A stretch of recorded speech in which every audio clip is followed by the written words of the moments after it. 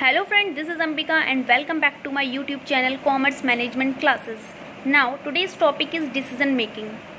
Decision making कुछ सुना भी होगा आपने कि डिसीजन मेकिंग बहुत बारी सुना होगा, ठीक है। ये होता क्या और इसकी ज़रूरत क्यों पड़ती है हमें। Meaning of decision making, selection of one alternatives out of different alternative. बहुत सारे ऑप्शंस हैं आपके पास, ठीक है, लेकिन आपको उसमें से सिर्फ एक सेलेक्ट करना है, अल्टरनेटिव मतलब ऑप्शंस, विकल्प, ठीक है।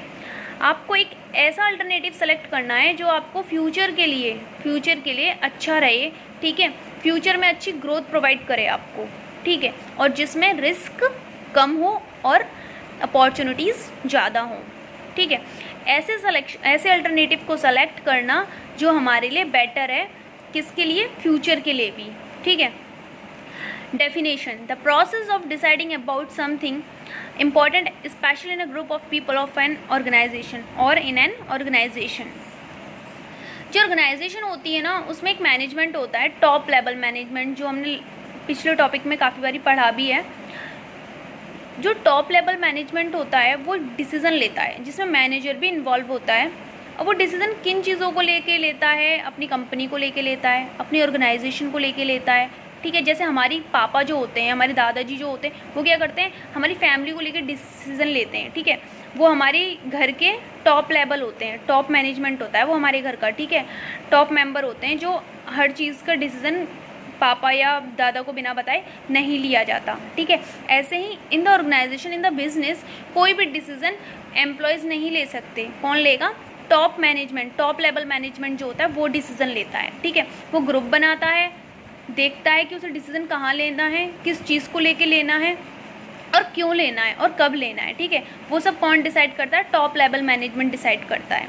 Decision making is an actual selection from among alternatives of an course of action. Decision making is the actual selection. Decision making क्या है, वो एक्चुअल सिलेक्शन है। ज़रूरी नहीं है कि डिसीजन मेकिंग सिर्फ बिजनेस में लिया जाए, डेली लाइफ में लेते हैं। सपोज़ करो कि हम अपना दिन का 2 घंटा निकालते हैं जो हमारे पास फ्री होता है, हमारे पास अल्टरनेटिव बहुत सारे हैं कि हम इन 2 घंटों में क्या करते हैं, खाना बनाते हैं, कुकिंग सीखते हैं, डांस करते हैं, पढ़ते हैं, मोबाइल चलाते हैं, क्या करते हैं। अब डिसीज़न हमें लेना है। अल्टरनेटिव्स तो हमारे पास ढेर सारे कि हम इन 2 घंटों में क्या कर सकते हैं, लेकिन डिसीज़न किसको लेना होता है, हमको लेना है, ठीक है, क्योंकि 2 घंटे हमारे हैं, हमारी लाइफ के 2 घंटे हैं ये। हमें डिसीज़न लेना है कि हम इन 2 घंटों में ऐसा क्या करें जो हमारी लाइफ को आगे सिक्योर करे, मतलब कि हमारे फ्यूचर सिक्योर हो, जिससे हमारे फ्यूचर में कोई चीज़ काम आ सके। अगर हम पढ़ते हैं किसी चीज़ को लेकर, ठीक है, तो वो हमें काम आएगा। अगर हमें मान लो, सपोज़ करो कि मेरे को ना आगे जाके कोई डांस एकेडमी खोलनी है, तो मैं इन 2 घंटों में अपना डांस सीख सकती हूँ, ठीक है, या सिखा सकती हूँ, कुछ भी कर सकती हूँ, ठीक है। तो इन 2 घंटों को कैसे यूटिलाइज़ करना है, ठीक है, ये हमारे ऊपर डिपेंड है, हमें क्या डिसाइड करना है अपने उन 2 घंटों के लिए, ठीक है। तो ये जो डिसीजन मेकिंग है ना, वो एक लेंथी प्रोसेस है। Decision making is the lengthy process of decision making. और एक और की जो डिसीजन मेकिंग होती है ना, वो एक रैशनल थिंकिंग होनी चाहिए। क्यों होनी चाहिए, सपोज़ करो आपकी कंपनी है जिसमें आपको एक मैनेजर की ज़रूरत है, और मैनेजर की जो क्वालिफिकेशन होनी चाहिए वो MBA किया हुआ होना चाहिए।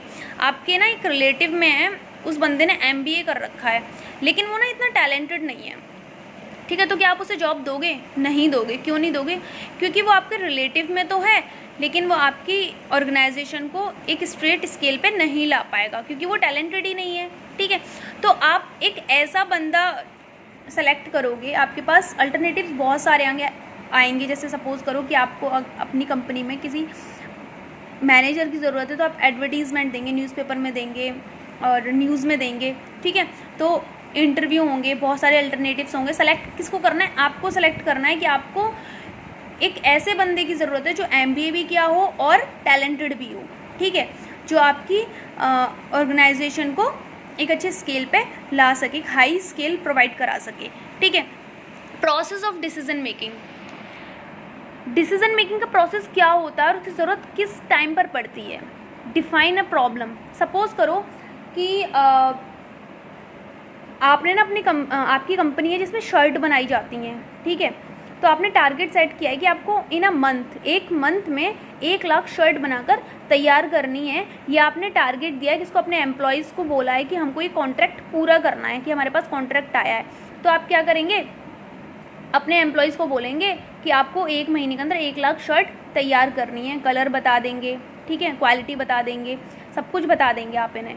लेकिन लास्ट ऑफ मंथ आप क्या देखते हैं, जो आपका टारगेट है ना वो कंप्लीट नहीं हुआ है, तो प्रॉब्लम हो गई। जो आपका कंप्लीट नहीं हुआ है 1 लाख का, वो खाली आपकी ना 80,000 यानी 80,000 शर्ट ही आपकी बनकर रेडी हो पाई हैं, 20,000 का इसमें लॉस हुआ है। तो आप क्या करेंगे, एनालाइज करेंगे, अपनी प्रॉब्लम को एनालाइज करेंगे कि कहाँ कमी रह गई। कहीं ऐसा तो नहीं कि हमारा जो टारगेट है वो ज़्यादा था और टाइम लिमिट था जो हमारे पास वो कम था, 1 महीना कम था हमारी 1 लाख शर्ट बनाने के लिए, या फिर हमारे एम्प्लॉयज़ ने काम नहीं किया, या फिर हमारी मशीन में प्रॉब्लम आई, या फिर मनी का कोई दिक्कत था, ठीक है। तो आप क्या करेंगे, प्रॉब्लम एनालाइज करेंगे, और जब आपकी प्रॉब्लम एनालाइज हो जाएगी, आपको पता चल जाएगा दिक्कत कहाँ आई है, तो ऑटोमेटिकली आपके जो अल्टरनेटिव्स हैं वो डेवलप हो जाएंगे। आपको पता चल जाएगी प्रॉब्लम कहाँ आई है, तो आप क्या करेंगे, आपके अल्टरनेटिव्स डेवलप हो जाएंगे। फिर आप जब हमारे अल्टरनेटिव डेवलप होंगे तो आप क्या करेंगे, evaluate and select the best. फिर आप फिर से सेलेक्ट करेंगे, बेस्ट सेलेक्ट करेंगे, डिसीजन लेंगे अपनी ऑर्गेनाइजेशन के लिए कि बेस्ट सेलेक्ट करें कुछ ऐसा कि जो हमारा टारगेट है वो कंप्लीट हो जाए, ठीक है। फिर एग्जीक्यूट ऑफ डिसीजन, आप अपने डिसीजन को बताएंगे, अपने एम्प्लॉयज़ को, अपनी पूरी कंपनी को बताएंगे। जो टॉप लेवल मैनेजमेंट डिसीजन लेगा वो अपने एम्प्लॉयज़ को बताएगा कि हमने ये डिसीजन लिया है और ये आपको कंप्लीट करना है। फिर जो आपकी कंपनी के एम्प्लॉयज़ हैं, आपकी कंपनी के जो लेबर है, एम्प्लॉयज़ हैं, वो क्या करेंगे, उस डिसीज़न पे वर्क करेंगे, उसे आपके डिसीज़न को फॉलो करेंगे, ठीक है। तो उसके बाद में ये जो प्रोसेस है वो फिर से स्टार्ट होगा, आपको टारगेट दिया जाएगा, आपको कंप्लीट करना पड़ेगा, ठीक है। और वो ऐसा ही डिसीज़न लेंगे, जो सेकंड डिसीज़न लिया जाता है वो कुछ ऐसा ही डिसीज़न लिया जाता है जिसमें आपका 100% कंप्लीट होता है, क्योंकि आपको पता चल गई प्रॉब्लम कहाँ आ रही है, ठीक है। डिसीज़न लिया आपने, अगर सपोज़ करो कि आपको ये लगता है कि आपका 1 मंथ कम था 1 लाख शर्ट बनाने का, तो आप शायद उनका टाइम थोड़ा बढ़ा दोगे, 5-6 दिन का टाइम और दे दोगे उन्हें, ठीक है, कॉन्ट्रैक्ट कंप्लीट करने के लिए। तो ये था डिसीज़न मेकिंग, कि हम अपनी लाइफ में कैसे डिसीज़न लेते हैं किसी चीज़ को लेके। हमारे पास बहुत सारे अल्टरनेटिव्स होते हैं जिसमें से हमें एक सेलेक्ट करना पड़ता है, ठीक है। हम अपनी ऑर्गेनाइजेशन में आगे जाकर हम वर्क करेंगे, ठीक है। आगे जाकर अगर मैं किसी कंपनी में जॉब करती हूँ, ठीक है, तो उसमें कैसे डिसीज़न लिए जाते हैं। अगर मैं टॉप मैनेजमेंट में होती हूँ तो उसमें कैसे डिसीज़न लूँगी मैं, ठीक है। अपने एम्प्लॉयज़ को कैसे काम करवाऊँगी मैं, ठीक है। उन्हें कैसे बोलूँगी कि वो लोग हमें फॉलो करें। तो ये सारी चीज़ें क्या होती हैं, ये डिपेंड करती हैं किस पर, हमारी पर्सनैलिटी पे, हमारी क्वालिटी पर, हमारी क्वालिफ़िकेशंस पर, कि हम कितने क्वालिफाइड हैं कि डिसीज़न ले सकें। डिसीज़न मेकिंग भी एक क्वालिटी होती है जो हर बंदे के अंदर नहीं होती है। डिसीज़न मेकिंग क्वालिटी बहुत ही कम लोगों के अंदर होती है, जैसे मैनेजर हो गए, टॉप लेवल मैनेजमेंट हो गए, ठीक है। तो ये था हमारा आज का topic, decision making. Thank you so much.